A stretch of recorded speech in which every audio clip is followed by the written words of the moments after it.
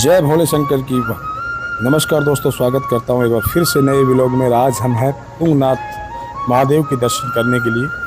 ये गेट है जहां से शुरुआत होती है तुंगनाथ ट्रैक की, और ये ट्रैक है यहां से तुंगनाथ तक का। और इस रास्ते पे हम चलेंगे। काफ़ी चढ़ाई बताते हैं, रास्ते पे काफ़ी चढ़ाई होती है। यहाँ से घोड़े मिल जाते हैं और पालकी मिल जाती है। 1300 रुपये आने जाने का किराया होता है घोड़ों खच्चरों से, और पालकी करीब 5000 रुपये लेते हैं लोग। और यहाँ से शुरुआत होती है भगवान भोलेनाथ के दर्शनों के लिए। बहुत ही खूबसूरत और मनमोहक दृश्य हैं रास्ते के, वो पूरा दिखाने का प्रयास। और यहाँ से श्रद्धालु चलते हैं हाथों में डंडियाँ लेके सहारे के लिए, और चलते हैं भगवान शिव की भक्ति में। भगवान बहुत ही अद्भुत सुंदर दर्शन है तुंगनाथ ट्रैक के, और शिव जी का जयकारा बोलते हुए चले जा रहे हैं भक्त ये बादलों के बीच।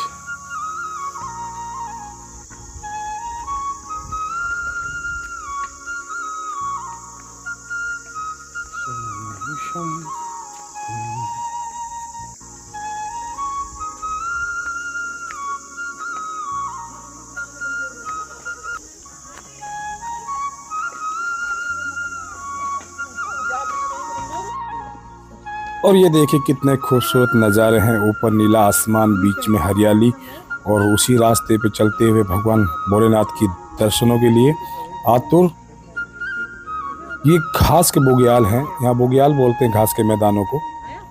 और यहाँ से खूबसूरत नज़ारों के दीदार, प्रकृति की खूबसूरत वादियों को निहारते हुए भोलेनाथ के करीब पहुँचने का प्रयास होता है हर भक्त का। बहुत ही अद्भुत है तुंगनाथ ट्रैक। और सामने बर्फ़ की पहाड़ी, ये करीब 2 किलोमीटर चलने के बाद लिया गया व्यू है। बहुत ही शानदार और सुंदर नज़ारे हैं। ये घास के मैदान, आसमान पे बादलों का साया, और मनमोहक पहाड़ी दृश्य आनंदमय कर देता है इस यात्रा को। ये मनोरम दृश्य, सुंदर और स्वच्छ हवा यहाँ मिलती है। पर्यावरण बहुत ही साफ सुथरा। भगवान तुंगनाथ भोले शंकर के दर्शनों के लिए रास्ते में रुक रुक के चलते हुए, आराम करते हुए भक्त चले जाते हैं यहाँ से। और हम भी इस खूबसूरत नज़ारे का आनंद लेते हुए भगवान भोलेनाथ के दर्शनों के लिए जाते हुए।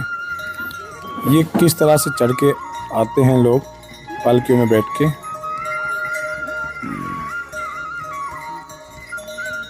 और घोड़े खच्चरों पे चढ़कर कुछ लोग पद यात्रा करते हैं। पद यात्रा का आनंद कुछ अलग ही होता है। थक जाता है तो आदमी हार के बैठ जाता है और फिर भगवान का नाम लेकर आगे बढ़ जाता है। ये सुंदर दृश्य है इस रास्ते के। काफ़ी चढ़ाई होती है इस रास्ते में। वर्ल्ड का सबसे ऊंचा भगवान शिव का मंदिर है ये। और भोलेनाथ जी विराजमान है पहाड़ी के बिल्कुल ऊपर। वहाँ से 1 किलोमीटर आगे चंद्रशिला, चौपटा से करीब 3.5 किलोमीटर ऊपर आने के बाद कुछ इस तरह के नज़ारे हैं।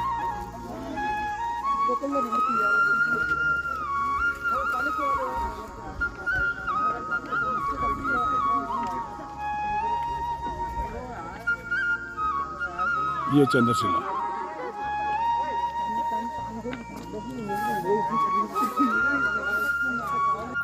सामने नजर आने लगा है मेरे महादेव का मंदिर। बहुत ही अद्भुत, और पहाड़ी की लास्ट ऊंचाई पे स्थित है भगवान भोलेनाथ। 6 महीने पट बंद होते हैं तुंगनाथ महादेव के, और ऊपर से लिया गया ये सुंदर खूबसूरत नज़ारा। और यहाँ धीरे धीरे करके लोग अपनी मंजिल की तरफ बढ़ते हुए, और ये बादलों के बीचों बीच विराजमान है भोलेनाथ, जहाँ भगवान भोले के बाजू और छाती के दर्शन होते हैं। तुंगनाथ कहलाते हैं यहाँ पे। हृदय और बाजू के दर्शन हैं यहाँ पे। बहुत ही अद्भुत, बहुत ही चमत्कारिक मंदिर है ये भगवान शिव का। और भगवान भोलेनाथ की भक्ति में खोए हुए भक्त चले आते हैं यहाँ इस सुंदर दृश्यों को देखने, निहारने। पंच केदारों में से तृतीय केदार कहलाए जाते हैं भगवान भोलेनाथ यहाँ पे। ये केदारनाथ जी जो हैं, ये तृतीय केदार के रूप में भगवान शिव के दर्शन है यहाँ विराजमान है भोले बाबा।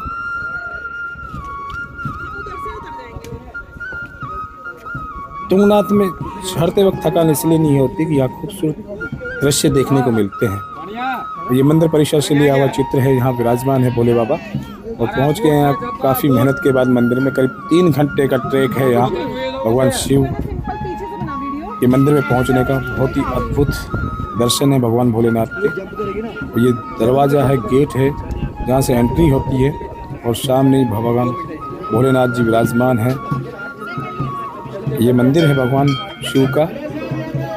भगवान को समर्पित भक्त और उनकी भक्ति में डूबे लोग भगवान शिव को पहचानने, भगवान शिव को जानने और भगवान को निहारने चले आते हैं।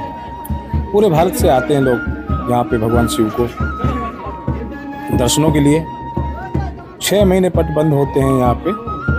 अब दीपावली के बाद ये पट बंद हो जाएंगे और भगवान भोलेनाथ की पूजा नीचे हो जाती है जाके ओखी मठ में, वहाँ विराजमान होंगे। वहीं आरती पूजा होती है भगवान शिव की।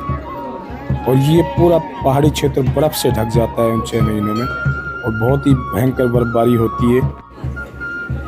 जहाँ भगवान शिव के मंदिर के ये पट बंद होते हैं, ये मन्नतों की चुनरियाँ बांधी हुई है जो प्रसाद के साथ मिलती हैं। लोग ऐसा सोचते हैं कि ऐसा बांधने से भगवान उनकी मनोकामना पूर्ण कर देते हैं।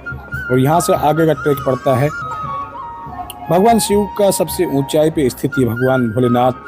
यहाँ माता पार्वती और गणेश जी और भैरवनाथ जी के साथ विराजमान है। नंदी महाराज है यहाँ पे और भगवान शिव का ये पुराना शिवालय है यहाँ पीछे की तरफ मंदिर के। यहाँ विराजमान है शिवलिंग में और वहाँ है मूर्ति रूप में और शिवालय शिवलिंग के रूप में ही तुंगनाथ जी के दर्शन होते हैं। ये परिक्रमा मार्ग है भगवान शिव भोलेनाथ का तुंगनाथ। और ये छोटे छोटे मंदिर बने हुए हैं। यहाँ पंच केदार के दर्शन किए जा सकते हैं। पंच केदार के रूप में स्थापित कर रखे हैं भगवान शिव को मूर्ति और शिवलिंग रूप में। और ये रास्ता आगे की तरफ जो मंदिर से घूम के जाता है, ये जाता है चंद्रशिला की तरफ। यहाँ से करीब 1 किलोमीटर चंद्रशिला है, लेकिन अभी वहाँ बर्फ नहीं है। वहाँ भी एक छोटी मूर्ति विराजमान है झोपड़ी में। और ये है मेरे भोलेनाथ जी जिनके लिए भक्त चले आते हैं दूर दूर से और सुबह से मेहनत करते हैं भगवान शिव के दर्शन पाने के लिए। एक तपस्या है, चढ़ाई जो चढ़ते हैं और प्रकृति को निहारते हैं। यहाँ आकर बैठ के सुकून की सांस लेते हैं। भगवान भोलेनाथ के चरणों में विराजते हैं। और ये तुंगनाथ मंदिर है, पहाड़ी के टॉप पे स्थित है और सामने बादल हैं। इन बादलों के नीचे बर्फ है जो ढकी हुई है बादलों से। बहुत ही अद्भुत और सुंदर दृश्य है। भगवान शिव को निहारने का मौका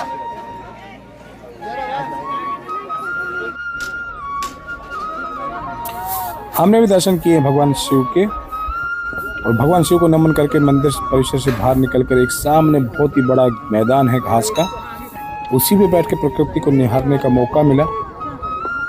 और भगवान शिव के इस मंदिर और इस प्रकृति को इस घास के मैदान से देखने का अद्भुत सौभाग्य। बहुत ही सुंदर दर्शन है यहाँ पे। काफ़ी लंबी चढ़ाई होने के बाद में इस टाइम भक्तों की भीड़ कुछ कमी है। और ये देखिए सुंदर नज़ारे, बहुत ही अद्भुत दृश्य है यहाँ। ऐसा लगता है कि जैसे बादलों के बीच में आ गए हैं भगवान शिव को निहारने के लिए।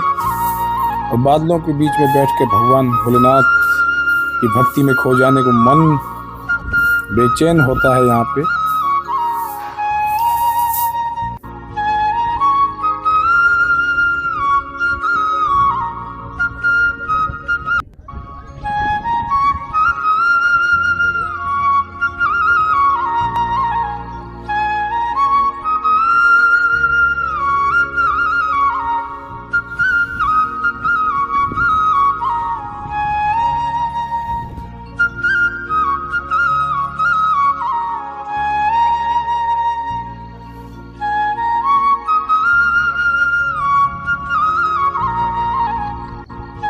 और इधर देखो सारे।